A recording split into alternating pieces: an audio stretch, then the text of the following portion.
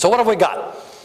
We've got acknowledgement that the people, situations, and circumstances in our lives change, always have, always will, and that as those changes occur, so do the requirements for our success, and that in order for us to be able to meet those changing requirements for our success, we must be willing to consider and try alternatives to the status quo. Do you see that happening in the organizations you work for? Do you see the dynamic in the marketplace continuously changing and there being an ongoing search for better ways, better products, better services, better take to market, better marketing? We must be willing to consider and try alternatives to the status quo. And this last, the subtitle, Happily Ever Afters Don't Just Happen, calls for some explanation. I am convinced that one of the barriers to sustaining success in our culture is a cultural phenomenon born of conditioning influences that we have been exposed to early in life. I believe that most of us as adults have done a pretty good job of divesting ourselves of some of these childhood myths. Santa Claus, the Easter Bunny, the Tooth Fairy, and for those of you who haven't crossed that river yet, I apologize. But there is one that is tenacious in its grip on us, and it's the one that I refer to, the happily ever after cycle. And I have put together a model that I'm going to get you to work through with me, and the reason we're going to work through it is this finding better ways requires us to begin by looking for an alternative to this. We could use any number of experiences to illustrate this point, but the one I've chosen and I'm going to get you to think about with me as we go through is the first day on the best new job we've ever had. I want you to think back, your first day on the best new job you ever had. You got that? Now for some of you that's been so long ago you can't remember, like me.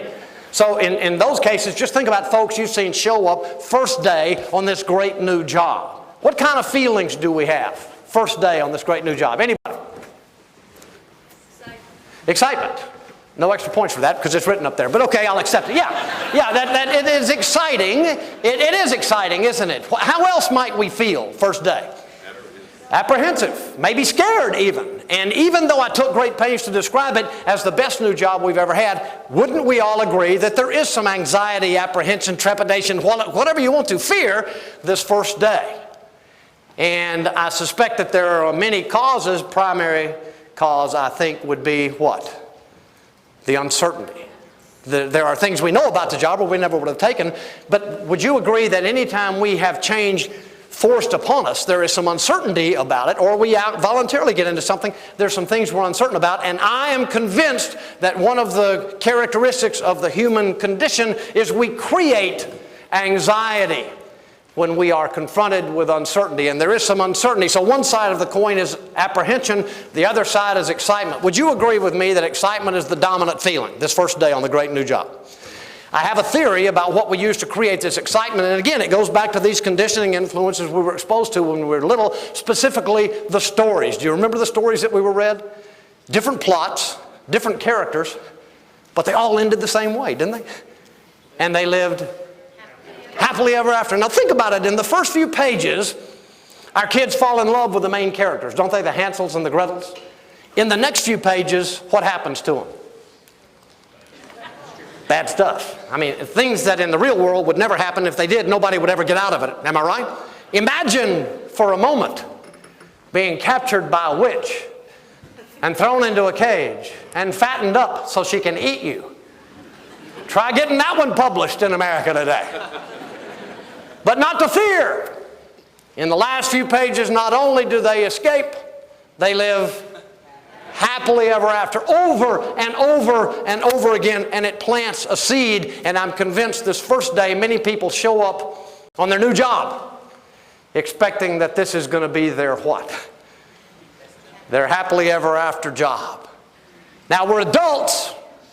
We're not going to talk about it. I'm not going to come up to Chris first day on the new job, tell him how excited I am to be at Ford Motor Company because it's my happily ever after job.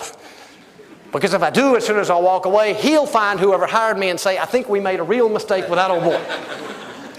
But don't we see behavior this first day that indicates there is some excitement? What are some things we might see people do day one that we're probably not going to be seeing them do much past day one? Things like what? Show up? Who said show up?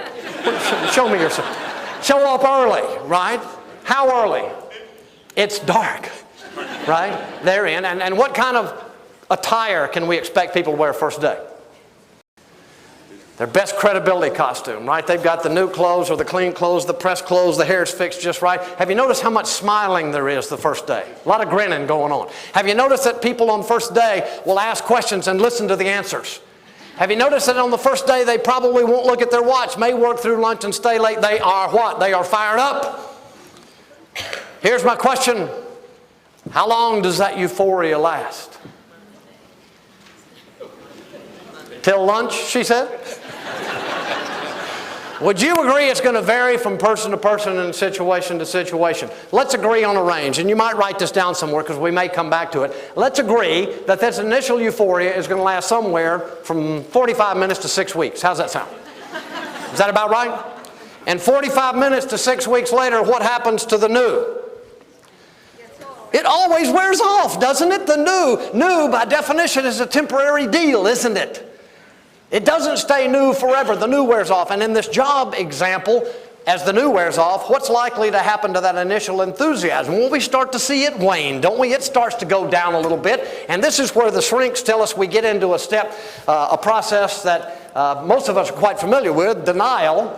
I don't know what it means clinically, but it seems to me practically denial is nothing more than us trying to pretend or convince ourselves that what's happening isn't happening. Do you ever do that?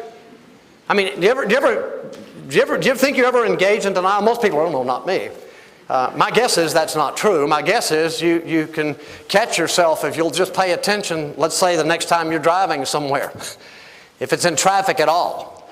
My guess is at the very least you will think and may even say out loud several times, they can't do that while they're doing it. You understand what I mean?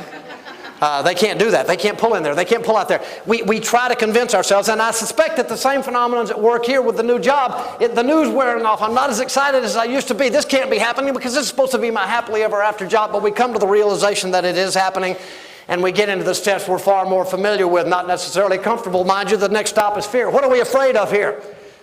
I submit to you we're afraid that we once again have what? We have failed to find what? Happily ever after. I'm afraid this isn't it. I'm afraid this is happening. I'm afraid they do expect me to work with him or her. Is fear a comfortable place to be? No, we're going to get out of fear as quickly as possible, get to one we're far more comfortable with. And that's anger. The reason we're comfortable with anger is we can focus it out there where it belongs. Who do we blame for this unhappy turn of events? Well, it's them, isn't it? Who might some of them be? And if they're in the room, don't feel like you got to shout their name. You know, it kind of starts at the top, doesn't it? There's the boss. If you told me everything there was to know about this job, I never would have taken it in the first place, right? Then there's a fellow, you ever hear any of this? Then there's a fellow worker's dead wood. Then there's other departments and other divisions and other specialties in the organization who have no empathy or sensitivity to what we're trying to do here, right? And then in the marketplace, there's the competitors, liars, and then there are the customers, fools, and then there's a government making it impossible for anybody to make it. You understand that blame? Here's two words I'd like you to write down, and if you're following along here, write this down and remember this. I am convinced that in our country we're turning into a society of professional victims. Professional victims. Now, what's the implication of that? A rather bold statement, maybe, but I suspect that you've seen evidence of it as well. When things don't work out the way we or others had expected, it's always what? It's always somebody else, isn't it? There is always a culprit, and it's never us. That we are turning into this culture of professional victims. Blame in the workplace leads inevitably to what I refer to as just give up. Now, don't misunderstand me. I don't mean resignation. It's more like what I would call rehearsal for retirement. You with me? You've seen it. The people who get to just give up still show up most days, don't they? But what can we count on them to do on the days that they're there? Maybe enough to just get by. As a matter of fact, you can put a slash by just give up and say just get by, that they're going to do enough to get by. Don't make waves, don't rock the boat.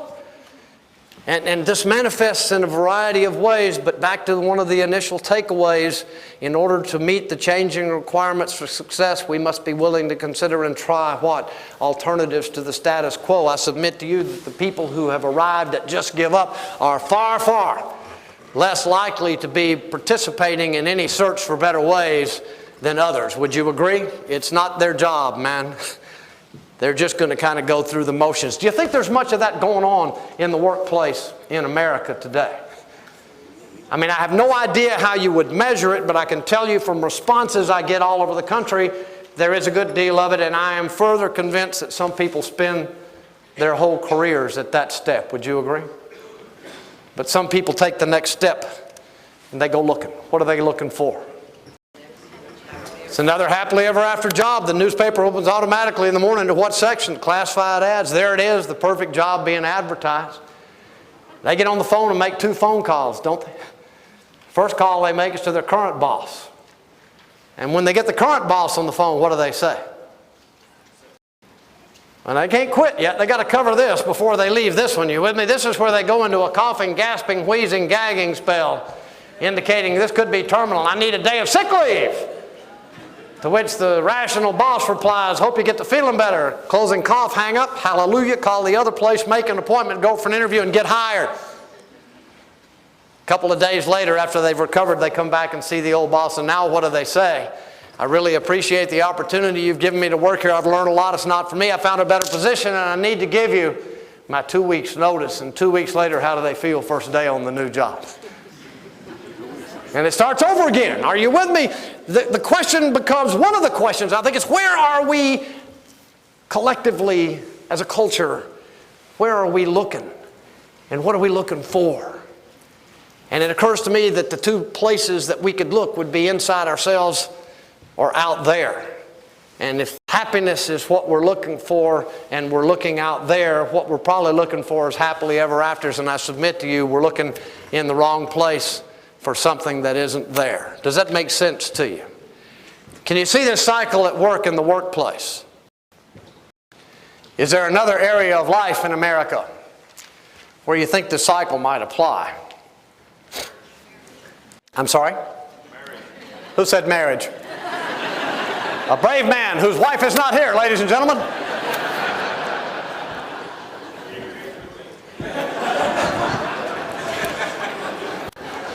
Well, you know, in a forum like this, I was really expecting something more technical, but since you put marriage up there, I guess we'll have to go with it. The marriage application, see if I got this right, the marriage application would probably begin at the looking step. If I were a single man, I would be what?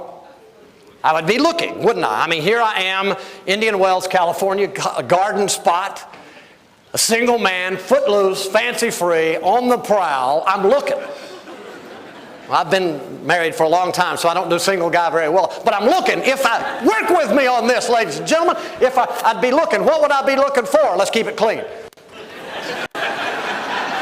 And I'd find I'm looking for Miss Right, and I meet her, and I fall in love. I mean, it's not just love, it's love. Baby, this is it. This is where the birds ring and the bells sing, and my feet don't touch the ground because I'm in love. How long does that euphoria last? 45 minutes to 6 weeks.